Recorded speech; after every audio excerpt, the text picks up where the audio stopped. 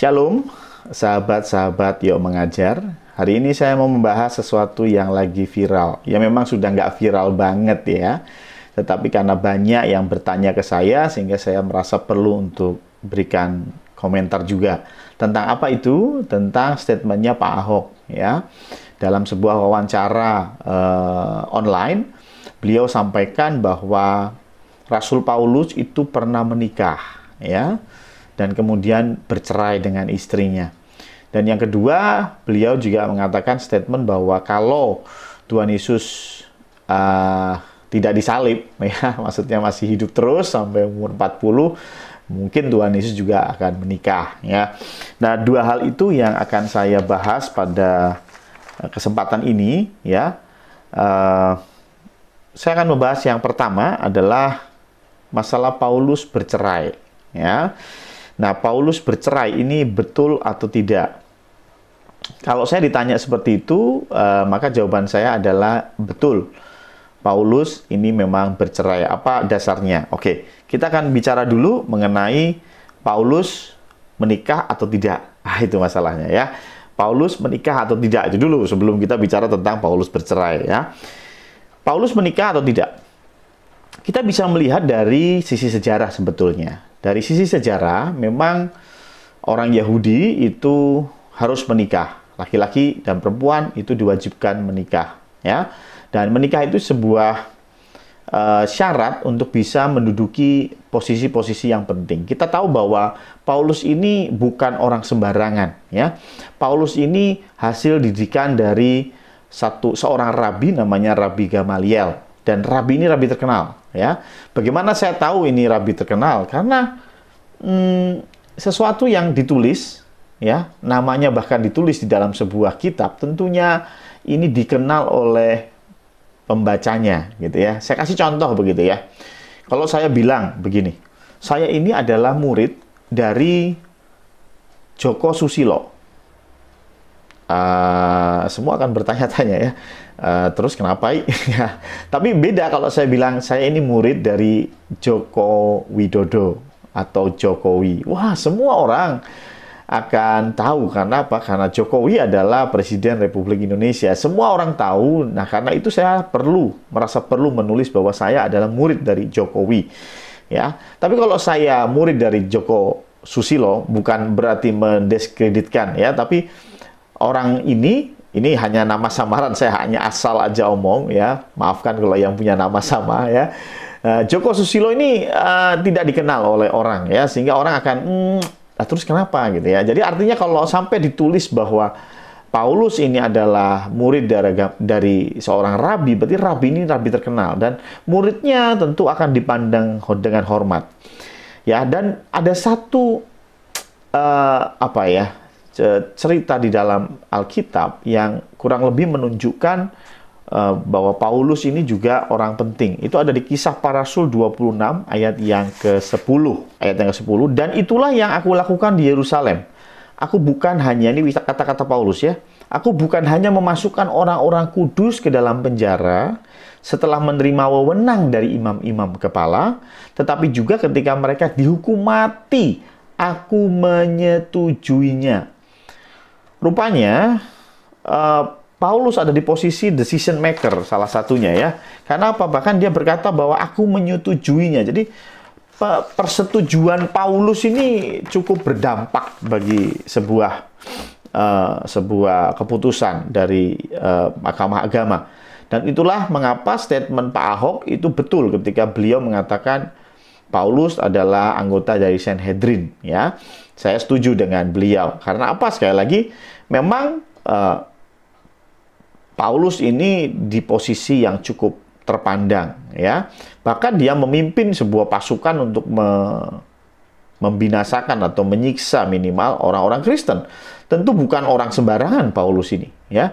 Nah, karena itu zaman itu ya, dan sejarah juga menulis bagaimana orang-orang yang duduk di pemerintahan, terlebih dari kasus ini adalah Sanhedrin, pasti menikah. Karena itu saya percaya bahwa Paulus ini menikah ya. Nah, sekarang kalau Paulus menikah, bagaimana dengan ayat-ayat di dalam 1 Korintus 9 ayat yang kelima? 1 Korintus 9 ayat ke-5 berkata demikian, "Tidakkah kami mempunyai hak untuk membawa seorang istri Kristen dalam perjalanan kami, seperti yang dilakukan rasul-rasul lain dan saudara-saudara Tuhan dan Kefas?" Ya, artinya Paulus ini mengklaim, saya juga sebetulnya punya hak untuk bawa istri, tapi saya enggak. Nah, berarti secara tersirat bahwa Paulus tidak membawa istri. Ya, atau tidak punya istri mungkin ya. 1 Korintus 7 ayat 8 juga mengatakan kurang lebih hal yang sama. "Tetapi kepada orang-orang yang tidak kawin dan kepada janda-janda, aku anjurkan supaya baiklah mereka tinggal dalam keadaan seperti aku." Bicara tentang orang-orang yang tidak kawin, ada yang menerjemahkan ini juga bicara tentang duda. Kenapa? Karena untuk bicara orang yang masih single, masih perawan dan masih perjaka, itu sudah dibahas di dalam 1 Korintus 7 ayat 1 sampai ayat 7. Jadi ayat ke-8 itu lebih kepada duda-duda. Begitu juga ini disandingkan dengan janda. Ya.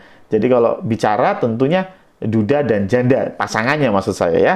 Nah, karena itu ada yang mengatakan bahwa orang-orang duda dan kepada janda-janda, kalau boleh saya terjemahkan seperti itu, ya.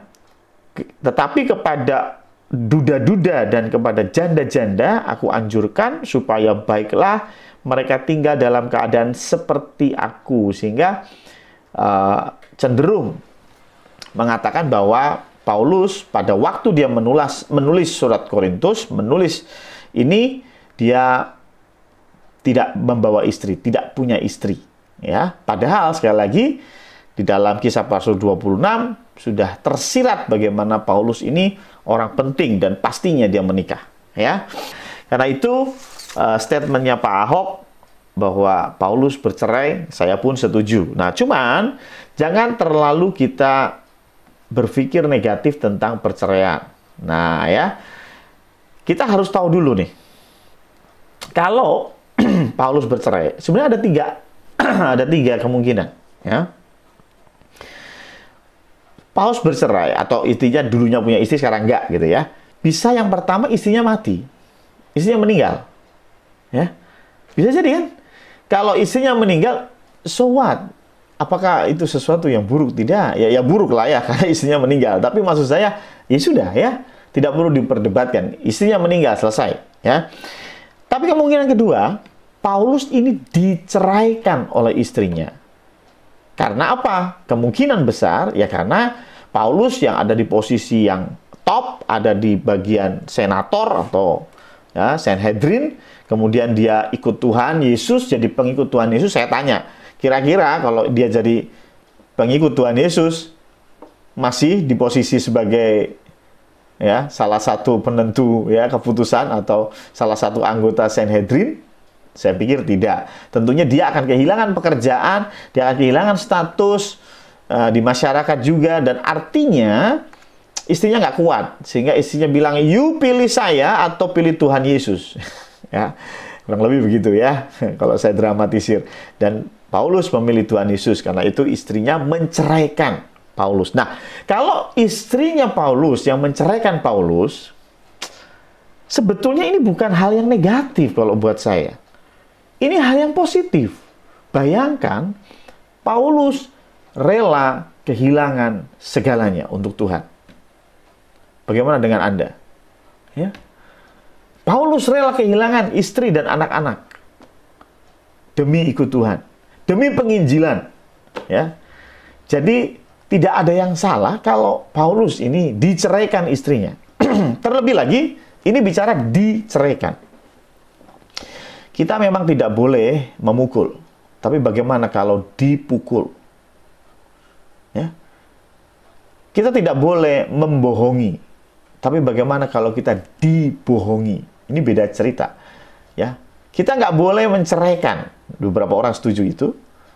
Bagaimana kalau kita diceraikan? Itu beda cerita. Ya. Menceraikan dan diceraikan itu beda. Karena itu kalau Paulus ini diceraikan oleh istrinya, dan kemungkinan besar karena perbedaan pandangan teologi, tentunya ini malah menjadi nilai positif buat Paulus. Dia rela kehilangan semuanya demi ikut Tuhan Yesus. Oke, nah sekarang yang kemungkinan yang ketiga. Ya, jadi yang pertama, istrinya mati, itu no problem. Istri yang kedua, kalau dia diceraikan, itu nilai positif buat Paulus menurut saya. Dan yang ketiga, dia menceraikan. Oke, menceraikan. Nah, ini menjadi problem karena orang Kristen masih terbagi dua bicara tentang boleh nggak menceraikan istri, atau boleh nggak menceraikan suami, atau boleh nggak orang Kristen bercerai gitu gampangannya ya. Nah, sebelum video ini saya buat, saya sudah membuat dulu video prolognya sebetulnya, yaitu tentang bolehkah orang Kristen bercerai. Linknya nanti saya kasih di atas sini ya, supaya sini atau sinilah ya. Oke, saya kasih linknya supaya Anda juga bisa melihat bagaimana pandangan kami tentang perceraian di dalam Kristen ya. Dan kalau sampai bercerai, alasan apapun, terus bercerai, dikatakan tidak boleh menikah dengan orang lain. Kalau mau ya balikan sama mantan, kalau nggak mau ya udah tetaplah tidak menikah. Saya lihat dari surat-surat Paulus sampai akhir hayatnya Paulus tidak menikah lagi. So, apa problemnya? Ya, tidak ada masalah di sini ya. Ya, bukankah Paulus tidak menjilat ludah sendiri, maksud saya, maaf ya. Tapi apa yang dikatakan Paulus betul dia lakukan, ya. Karena apa? Karena kalau dia menceraikan istrinya, toh dia tidak menikah lagi. So, what the problem? Ya, berarti pas dengan firman Tuhan. Ya, tidak ada masalah. Ya, nah, jadi alasannya apa? Tidak begitu penting. Tetapi dia tidak menikah lagi itu sudah sesuai dengan apa yang firman Tuhan sampaikan. Ya, karena itu sekali lagi dia menceraikan itu tidak sesuatu yang otomatis salah. Nah, sekarang kalau dia menceraikan, oke, sekarang menceraikannya kapan? Ini juga perlu dibahas ya. Ada 3 kemungkinan kalau Paulus menceraikan. 1, dia menceraikan sebelum ikut Tuhan Yesus. Ya, sebelum ikut Tuhan Yesus, dia menceraikan istrinya dulu, kemudian baru dipanggil oleh Tuhan Yesus dan menjadi rasulnya. Bagaimana kalau dia menceraikan istrinya sebelum ikut Tuhan Yesus? Saya mau bilang, ya itu bagian dari masa lalu. Ya, bagian dari masa lalu. Dan Paulus sudah mengerti itu salah, dan kemudian dia membayarnya dengan apa? Dengan tidak menikah lagi. So, ya, bukankah kita semua punya masa lalu? Anda pun tidak sebaik sekarang pada 10-20 tahun yang lalu. Saya pun 20 tahun yang lalu tidak seperti saat ini ya, tentunya berbeda sekali. Orang-orang yang sudah diubahkan oleh Tuhan tentunya berbeda dengan manusia lamanya. Karena itu jangan merasa ini sesuatu yang salah. Maksud saya begitu. Oke, katakanlah Paulus menceraikan istrinya dan bukan karena perzinahan. Ya itu bagian dari masa lalu. Kalau memang dia menceraikannya sebelum ikut Tuhan. Ya. Nah sekarang, kalau dia menceraikannya saat ikut Tuhan. Tentu ini bicara tentang perbedaan pandangan. Artinya bukan bercerai karena zina. Ya. Paulus bercerai karena Paulus ikut Tuhan dan istrinya tidak mau ikut percaya. Kemudian Paulus tinggalkan istrinya, dia ceraikan istrinya. Bagaimana dengan itu? Ya. Itu pun tidak melanggar buat saya. Kenapa? Karena dikatakan bahwa Paulus tidak menikah lagi. Ya. Sesuai dengan apa komitmen dia. Oke, saya tinggalkan kamu, istrinya ditinggalkan dan dia tidak menikah lagi sampai selesai. Dia fokus kepada pelayanan Tuhan. Yang ketiga, kalau Paulus ini sudah ikut Tuhan lama, dia sudah bertahun-tahun ikut Tuhan, bahkan sudah jadi rasul, tapi kemudian dia menceraikan istrinya, terlepas dari alasan menceraikan apa saja, wah itu bukankah sesuatu yang buruk? Ya. Nah, ini yang kita harus pahami, bahwa ikut Tuhan tidak serta-merta membuat kita menjadi malaikat. Ya. Menerima Kristus tidak serta-merta membuat engkau akan anti terhadap dosa. Nggak akan mungkin berbuat dosa. Enggak juga. Ya. Ini yang kadang-kadang membuat kita salah. Ketika kita melihat seorang pendeta besar, katakanlah, dia kemudian jatuh di dalam satu kelemahan, kita langsung menjudgment dia dengan segala macam ya kata-kata umpatan, tapi jangan salah ya. Karena apa? Karena loh, kita kan masih manusia ya. Pendeta besar, pemimpin itu juga manusia. Kalaupun dia jatuh, bahkan firman Tuhan bilang kalau jatuh tidak sampai tergeletak. Artinya ya jatuh tapi diingatkan Tuhan, dia mau balik lagi, ya itu nggak apa-apa. Ya, saya kasih contoh, Raja Daud. Raja Daud tuh kurang apa sih dekatnya sama Tuhan? Raja Daud tuh kurang apa sih melihat mujizat Tuhan? Raja Daud itu dibangga-banggakan bahkan oleh Tuhan sendiri. Bahkan yang namanya Mesias itu disebut dengan tunas Daud, anak Daud. Coba bayangin. Daud begitu luar biasa. Tapi coba kita lihat rekam jejak Daud. Daud bahkan lebih parah dari Paulus, kalau memang Paulus menceraikan istrinya ya. Daud bahkan ambil istri orang, dan suaminya perempuan itu dia bunuh. Ya, padahal laki-laki itu namanya Uria, itu orang yang sangat loyal kepada Daud. Ini bisa dibaca kisahnya di dalam Alkitab. Tapi maksud saya, Daud melakukan kesalahan itu bukan ketika dia belum bertobat. Bukan ketika dia awal-awal bertobat. Bukan. Tetapi Daud lakukan itu ketika dia sudah cukup dekat dengan Tuhan. Bahkan sangat dekat dengan Tuhan. Ini terjadi ketika masa makmurnya Daud. Daud sudah jadi raja. Artinya sudah puluhan tahun Daud kenal dengan Tuhan. Tetapi bisa tuh Daud jatuh di dalam dosa juga. Ya? Bukan berarti terus Daud kemudian dicoret, kemudian tulisan-tulisan Daud, Mazmur kita keluarin dari Alkitab, kita sobek, kita buang. Karena dosa Daud yang seperti itu. Oke, dosanya itu salah. Dosanya itu harus dihukum. Dan Tuhan sudah menghukum Daud. Kalau kita lihat ceritanya. Dosanya membawa konsekuensi buat Daud. Oke, no problem. Cuman maksud saya, kita harus lebih terbuka. Jangan kita berpikir bahwa ketika kita ikut Tuhan Yesus, ketika kita lahir baru, kita totally tidak akan pernah berbuat dosa lagi. Enggak gitu. Enggak gitu mekanismenya. Dan ini juga jangan disalahartikan bahwa saya memandang rendah kesalahan di hadapan Tuhan atau memandang rendah dosa. Tidak. Dosa itu salah. Dosa itu buruk di hadapan Tuhan. Titik. Ya. Tetapi itulah mengapa kita harus dan kita perlu selalu pertolongan Tuhan. Sehingga ketika kita dalam perjalanan hidup ini, kita tidak jatuh ke dalam dosa. Karena itu kita perlu Roh Kudus. Karena itu kita perlu membaca firman tiap hari. Karena itu kita perlu berdoa setiap hari. Kalau kita sudah pasti nggak akan jatuh ke dalam dosa, buat apa doa? Buat apa perlu Roh Kudus? Ya. Tapi karena kita masih mungkin jatuh ke dalam dosa, tetap pegang tangan Roh Kudus ya. Makanya ada lagu, peganglah tanganku Roh Kudus. Bukan setiap bulan, tetapi setiap hari. Ya. Jadi sekali lagi Paulus, katakanlah sampai Paulus itu, dia menceraikan istrinya. Dan dia menceraikannya juga sesudah ikut Tuhan. Waduh, itu kebangetan. Tapi buat saya, itulah manusia. Dan karena itu firman Tuhan bilang, jangan berharap kepada manusia.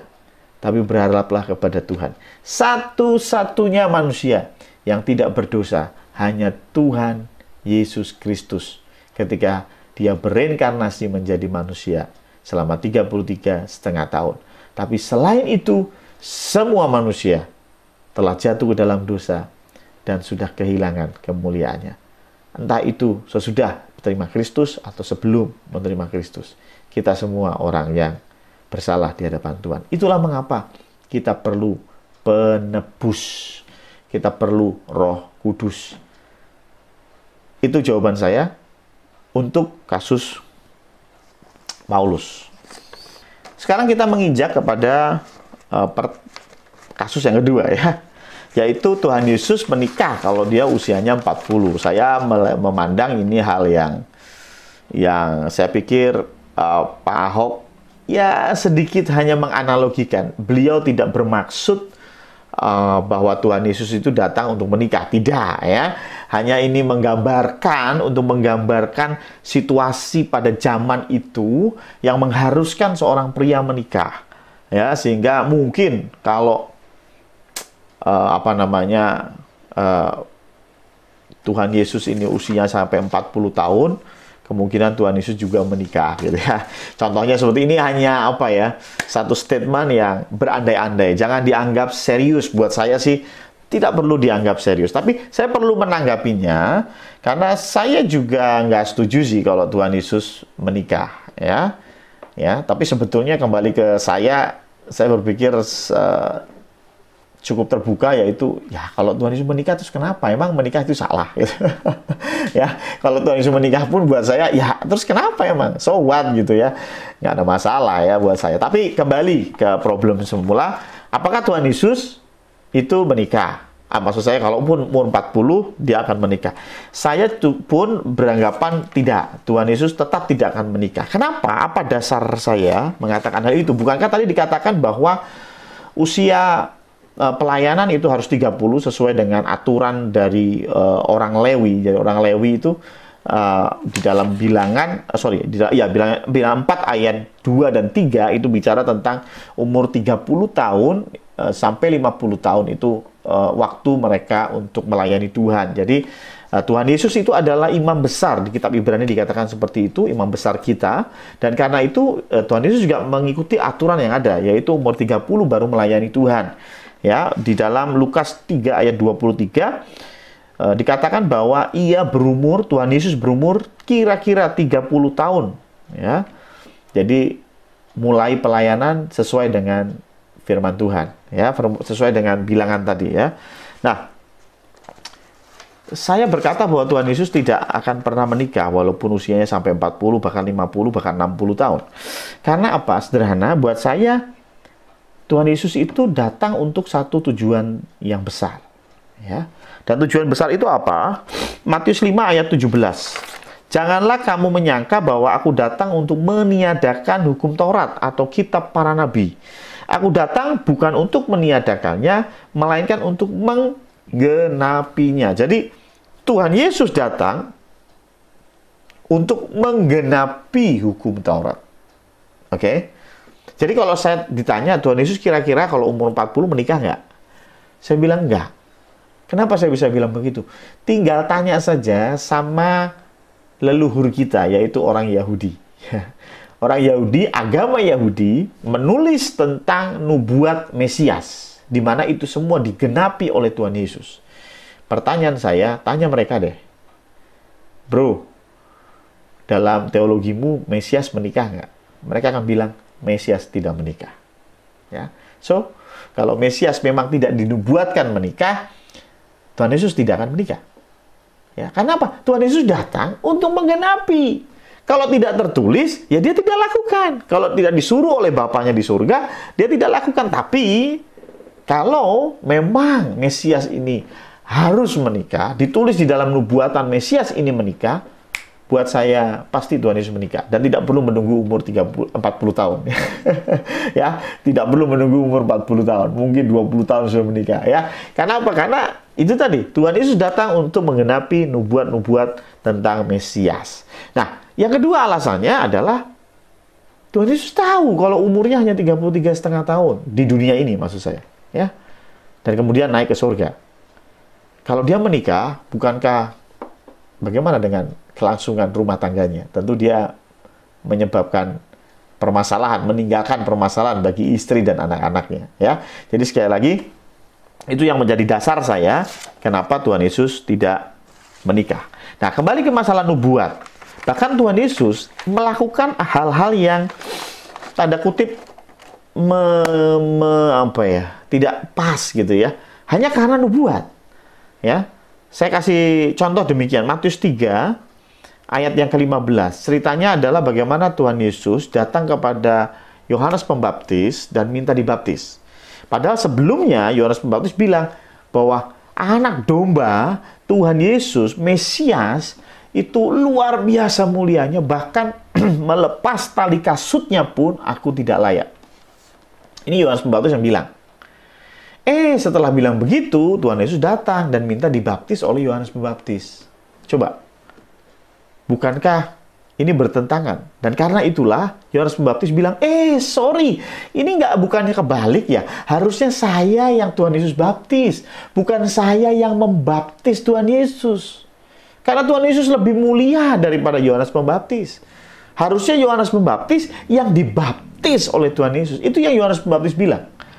Dan yang menarik, Tuhan Yesus tidak menyangkal statementnya Yohanes ini. Tuhan Yesus nggak bilang, enggak bro, kita akan sama-sama pelayan Tuhan. Enggak. Tuhan Yesus nggak bilang begitu. Tapi yang menarik, Tuhan Yesus bilang apa? Matius 3 ayat 15. Lalu Yesus menjawab, katanya kepadanya, biarlah hal ini terjadi, karena demikianlah sepatutnya kita menggenapkan seluruh kehendak Allah. Ya, saya ulang ya, biarlah hal itu, ya oke lah, nggak apa-apa, tapi ini sudah sepatutnya digenapkan. Ya. Dan Yohanes pun menurutinya. Nah, kenapa bisa begitu? Ya, apa yang digenapi oleh Tuhan Yesus dalam konteks baptisan? Menarik kalau kita membaca kitab Matius. Kitab Matius itu menggambarkan bagaimana Tuhan Yesus itu seperti Musa. Musa di perjanjian lama itu paralel dengan apa yang dilakukan oleh Tuhan Yesus. Saya kasih contoh. Musa itu datang dari Mesir. Ya. Begitu juga Matius mengatakan bahwa Tuhan Yesus itu dari Mesir kupanggil anakku. Ya. Kemudian setelah itu Musa melewati Laut Teberau, ya, menyeberangi Laut Teberau. Ini bicara tentang baptisan, ya. Karena itu Tuhan Yesus baptis, ya, harus dibaptis oleh Yohanes Pembaptis. Kalau enggak cocok dengan Musa, maksudnya begitu, ya, enggak cocok dengan Musa. Maka itu harus dibaptis, harus diselam, ya, harus dibaptis, ya, dibaptis oleh air maksud saya, ya. Nah, kemudian baru Tuhan Yesus ke bukit, ya. Musa ke Gunung Sinai, Tuhan Yesus khotbah di bukit. Ya, ini kesamaan antara Musa dengan Tuhan Yesus. Ya, jadi artinya baptisan ini itu untuk menggenapi apa yang sudah tertulis sebelumnya. Dan itulah mengapa Yohanes Pembaptis pun mau, karena dia tahu oke lah, ini untuk menggenapi. Maksud saya begini, ini hal yang kebalik. Harusnya Tuhan Yesus yang membaptis Yohanes Pembaptis, tapi karena ini harus dilakukan demi penggenapan nubuat, maka Tuhan Yesus lakukan itu. Kalau ini saya tarik ke belakang, berarti apa yang Tuhan Yesus lakukan? Ya untuk menggenapi. Oke, Tuhan Yesus datang berkata bahwa aku ini datang untuk menyerahkan nyawaku untuk domba-dombaku. Tapi nggak asal menyerahkan. Ada satu kisah bagaimana Tuhan Yesus itu mau dilempar ke jurang. Itu ada di kota Nazaret karena Tuhan Yesus berkhotbah di salah satu sinagog mereka, ya. Ini background-nya nanti saya jelaskan kapan-kapan, tetapi intinya Tuhan Yesus mau dibunuh waktu itu. Saya baca dari Lukas 4 ayat 28. Mendengar itu sangat marahlah mendengar itu sangat marahlah semua orang yang di rumah ibadat itu. Mereka bangun lalu menghalau Yesus keluar kota dan membawa dia ke tebing gunung. Ini mau dilempar. Tempat kota itu terletak untuk melemparkan dia dari tebing itu. Bukankah Tuhan Yesus datang ke dunia untuk mati? Tapi pada waktu itu, tetapi ia berjalan lewat tengah-tengah mereka lalu pergi. Tuhan Yesus tidak mau mati dengan cara dilempar jatuh di tebing. Ya, atau ini biasa cara orang Yahudi untuk melakukan dirajam, ya.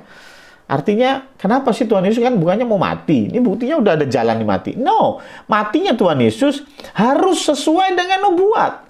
Matinya Tuhan Yesus untuk menggenapi nubuat. Ya, apa nubuatnya? Tuhan Yesus harus mati di kayu salib. Galatia 3 ayat 30. Kristus telah menebus kita dari kutuk hukum Taurat dengan jalan menjadi kutuk karena kita. Sebab ada tertulis, terkutuklah orang yang digantung pada kayu salib. Jadi Tuhan Yesus harus mati di kayu salib. Harus. Saya yakin kalau Tuhan Yesus mau dibunuh dengan cara dipenggal, pasti nggak mau. Pasti dia dengan kuasanya mencegah hal itu. Tuhan Yesus mati dengan cara ditenggelamkan di laut, tidak akan bisa. Kenapa? Karena Tuhan Yesus datang untuk menggenapi hukum Taurat, menggenapi apa yang sudah dinubuatkan tentang dia. Ya. Dan nubuat itu ada di Ulangan 21 ayat 23, ya, sebab seorang yang digantung terkutuk oleh Allah. Ya, jadi sekali lagi Tuhan Yesus datang untuk menggenapi nubuat nubuat yang sudah dinubuatkan untuk dia. Jadi kalau sekali lagi, kalau Tuhan Yesus memang dinubuatkan menikah, nggak tahu untuk apa, tapi intinya dinubuatkan untuk menikah, pasti Tuhan Yesus menikah. Tapi karena memang di perjanjian lama tidak ada nubuat tentang Tuhan Yesus menikah atau Mesias menikah, karena itu Tuhan Yesus tidak menikah. Ya. Lalu bagaimana dengan konsep bahwa seperti yang Paulus tadi, bahwa Paulus itu di Sanhedrin dan tentunya Paulus menikah karena usia 30 dan menikah itu syaratnya. Nah, bagaimana dengan Tuhan Yesus? Nah, inilah yang menyebabkan Dan Brown menulis bahwa Tuhan Yesus itu menikah, ya. Dan ini yang membuat jadi heboh dulu bagaimana dikatakan Tuhan Yesus menikah. Memang sekali lagi memang di dalam budaya Yahudi arus utama, saya bilang arus utama, bahwa seseorang itu boleh mengajar menjadi rabi usia 30 tahun dan sudah menikah. Ya. Tetapi bagaimana dengan Tuhan Yesus? Berarti Tuhan Yesus menikah dong. Ya. Nah, kalau Tuhan Yesus menikah kok nggak ada istrinya? Apakah Tuhan Yesus bercerai juga seperti Paulus ya? Tentu tidak. Tetapi ini berbicara tentang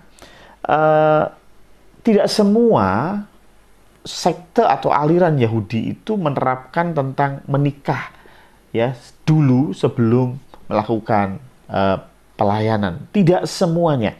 Arus utama ya, tetapi tidak semuanya. Contoh saja, kalau kita bicara tentang pendeta itu tidak boleh menikah. Ya, memang ada pemimpin agama umat Katolik, contohnya Romo tidak menikah. Tapi kalau pendeta Protestan boleh menikah, ya. Kalau Yunani Ortodoks boleh menikah, ya. Jadi artinya tergantung sekte mana. Nah, hal yang sama juga ada di dalam budaya Yahudi pada waktu itu. Tergantung di sekte yang mana. Memang di arus utama yaitu di Yerusalem memang betul. Di Yerusalem banyak seperti itu. Tetapi kalau kita lihat sejarah di dekat Yerusalem ya di Yerusalem dekatnya itu daerah ke arah barat, ke arah timur, itu kita akan ketemu yang namanya Laut Mati. Dan di Laut Mati itu ditemukan sebuah penggalian arkeolog, bisa cek di Google, yaitu namanya Dead Sea Scroll. Ya, dan di Dead Sea Scroll itu yang menulis adalah para rabi Yahudi.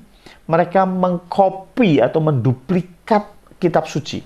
Dan yang menarik, sekte ini bahkan mewajibkan para anggotanya untuk selibat alias tidak menikah. Jadi tidak boleh menikah, bukan harus menikah, tetapi kebalikannya tidak boleh menikah, ya. Dan ini tertulis di sejarah, ya. Bayangkan Yerusalem ya hanya sekitar 20-30 km di dekat Yerusalem ada sekte yang bahkan tidak boleh menikah. Ya, sedangkan Tuhan Yesus ini pelayannya di mana sih? Tuhan Yesus melayani di Galilea. Galilea itu mungkin sekitar 120 km jauhnya dari Yerusalem. Dan gak heran kalau di Galilea ada beberapa juga yang menerapkan hal yang sama, yaitu tidak harus menikah dulu sebelum melakukan pelayanan. Jadi sekali lagi Tuhan Yesus tidak menikah ya, Dan sekali lagi, jangan terlalu serius menanggapi statement Pak Ahok bahwa Tuhan Yesus pun kalau 40 tahun dia akan menikah. Ya, saya tidak setuju memang, tapi jangan terlalu dipikir serius. Ini hanya menggambarkan, Pak Ahok hanya menggambarkan bagaimana kondisi saat itu yang mengharuskan ya orang itu untuk menikah. Ya, ini jawaban saya. Semoga menambah cuitan-cuitan yang ada di YouTube ya, tanggapan-tanggapan mengenai Pak Ahok ya. Dan jangan lupa kalau Anda belum subscribe, bunyikan lonceng sehingga kita bisa memberitahu atau Anda bisa tahu kalau kita memposting video-video baru, dan juga komen ya kalau Anda merasa ada sesuatu yang perlu disampaikan supaya kami juga bisa menjawab ya. Sekali lagi terima kasih, Tuhan memberkati.